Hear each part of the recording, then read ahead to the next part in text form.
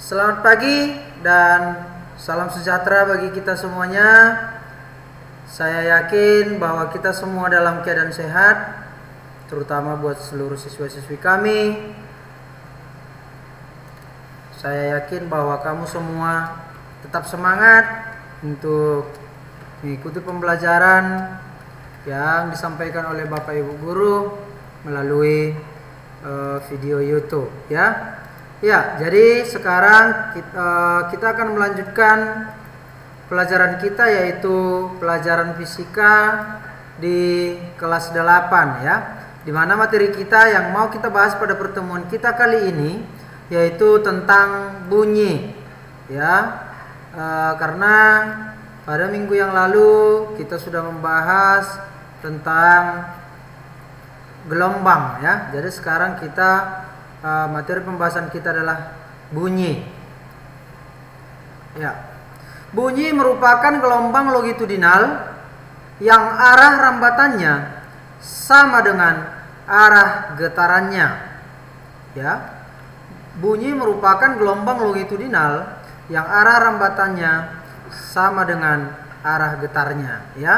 Iya, jadi di mana pada pelajaran kita di hari Jumat yang lalu ya, kita sudah pelajari yaitu penggolongan gelombang ya, dimana salah satunya penggolongan gelombang itu adalah menurut arah rambat dan getarnya. Gelombang itu dikelompokkan menjadi dua.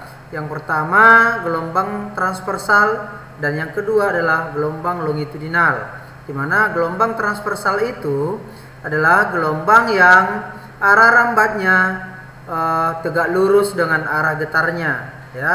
Jadi contohnya itu adalah gelombang tali. Kemudian yang kedua adalah gelombang longitudinal ya. Gelombang longitudinal itu merupakan gelombang yang arah rambatannya sama dengan arah getarnya ya. Contohnya adalah bunyi ya, contohnya bunyi, makanya yang kita pelajari saat ini bunyi ya. Jadi bunyi ini merupakan salah satu contoh daripada gelombang longitudinal karena arah rambatnya sama dengan arah getarnya. Iya. Bunyi dihasilkan oleh benda yang bergetar ya. Iya, jadi bunyi itu dihasilkan oleh benda yang bergetar ya, dan harus ada mediumnya. Ya, jadi ada syarat-syarat terjadinya ataupun terdengarnya bunyi. Yang pertama ada sumber bunyi. Ya, ada sumber bunyi. Kemudian yang kedua ada mediumnya ataupun perantara. Kemudian yang ketiga ada pendengaran atau indera pendengar. Ya, jadi kalau tidak ada indera pendengar ya, maka bunyi itu tidak akan pernah terjadi. Kalaupun terjadi kita tidak dengar ya. Yang namanya kita tidak mendengar berarti kita tidak mendengar yang namanya bunyi ya. Iya, kemudian di sini ada juga rumus untuk cepat rambat bunyi ya. Rumus untuk cepat rambat bunyi sama seperti rumus cepat rambat gelombang ya. Dimana cepat rambat gelombang yang merambat melalui suatu medium dipengaruhi oleh besar nilai panjang gelombang dan frekuensi dan periode. Nilai panjang gelombang bunyi berbanding terbalik dengan periode, sedangkan nilai frekuensinya berbanding lurus dengan panjang gelombang bunyi ya. Ya, jadi inilah untuk cepat rambat bunyi itu sama dengan cepat rambat gelombang ya, sama dengan cepat rambat gelombang, di mana tetap juga di sana istilah-istilah yang muncul adalah panjang gelombang, kemudian frekuensi, kemudian periode ya. Ya, jadi secara matematisnya rumus untuk mencari cepat rambat gelombang ya dapat dilihat pada dua persamaan di bawah ini ya. Ini juga sudah kita buat pada cepat rambat gelombang ya. udah kita buat, akan tetapi di sini juga ini juga yang kita pakai untuk cepat rambat gelombang bunyi ya. Iya, di mana V sama dengan lambda per T ya, lambda per T, atau V sama dengan lambda kali 1 per T, di mana 1 per T sama dengan F. Itu sudah kita pelajari pada minggu yang lalu ya, di mana 1 per T sama dengan F. Maka 1 per T diganti menjadi F, sehingga rumus untuk mencari cepat rambat bunyi yaitu V sama dengan lambda dikali frekuensi ya. Di mana keterangan V adalah cepat rambat bunyi, kemudian lambda adalah panjang gelombang yang satuannya meter, dan F adalah frekuensi yang satuannya hertz, dan T adalah periode yang satuannya sekon ya. Iya. Saya rasa sampai di sini untuk rumus ini sudah bisa diikuti ataupun sudah bisa dipahami ya. Ya, sekarang kita lanjutkan jenis-jenis frekuensi. Jenis-jenis bunyi.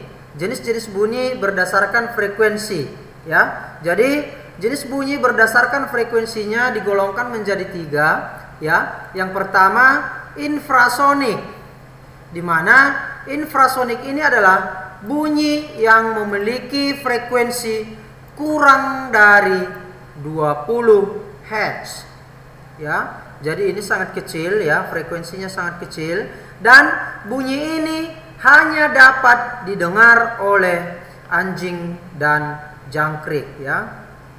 Ya, jadi kalau frekuensinya kurang daripada 20 Hz ya, maka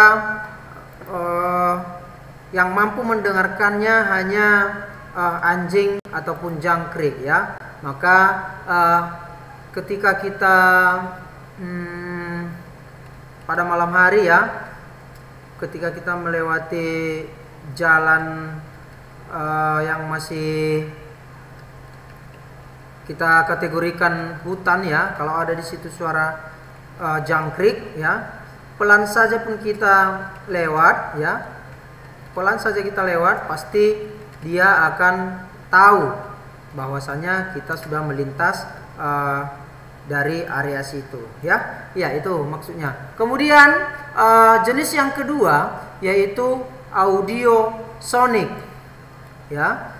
Audiosonik ini adalah bunyi yang memiliki frekuensi antara 20 Hz sampai 20.000 Hz ya. Ya, ini jadi kalau sudah 20 Hz sampai 20.000 Hz frekuensinya ya, maka manusia sudah mampu untuk mendengarnya ya.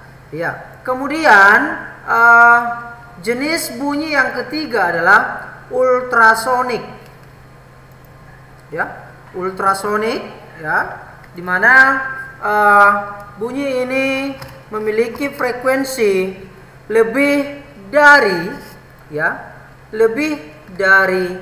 20.000 Hz ya. Ini yang mampu mendengarkan bunyi ini adalah kelelawar ya. Kelelawar. Jadi frekuensi yang sangat tinggi ini ya hanya mampu didengarkan oleh kelelawar, dan juga anjing juga bisa mendengarkan suara yang frekuensinya tinggi ya. Ya. Kemudian kita lanjutkan sifat-sifat bunyi. Bunyi memiliki sifat-sifat ataupun ciri-ciri tertentu. Ciri-ciri gelombang bunyi tersebut antara lain ialah sebagai berikut. Yang pertama ya, merupakan gelombang longitudinal ya. Ini tadi sudah ya, merupakan gelombang longitudinal. Kemudian tidak dapat merambat pada ruang hampa ya.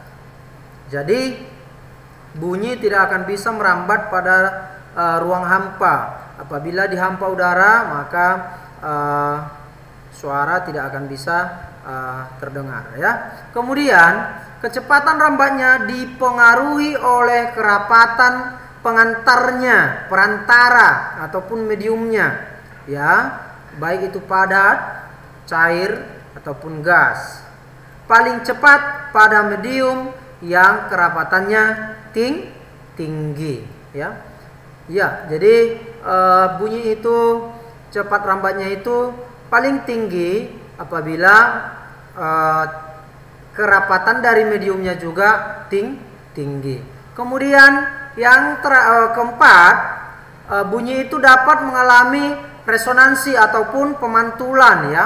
Yang bagaimana itu resonansi nanti akan kita bahas, ya, pada pertemuan kita selanjutnya, yaitu pada pembahasan kita dengan menggunakan yang namanya alat garpu tala, ya. Ya, kemudian yang terakhir, bunyi juga dapat mengalami resonansi, ya. Bunyi juga mengalami resonansi. Iya. Jadi saya rasa cukup sekian dulu yang bisa saya sampaikan pada pertemuan kita pada hari ini, ya. Jadi tugas kamu silakan dicatat ulang kembali materi yang sudah saya sampaikan di dalam video ini. Kemudian, ya, kerjakan. Di sini ada satu soal sudah saya sediakan. Kerjakan satu soal ini, ya. Kerjakan satu soal ini. Setelah itu hasilnya kirimkan ke WA pribadi saya. Oke, cukup sekian yang bisa saya sampaikan. Terima kasih.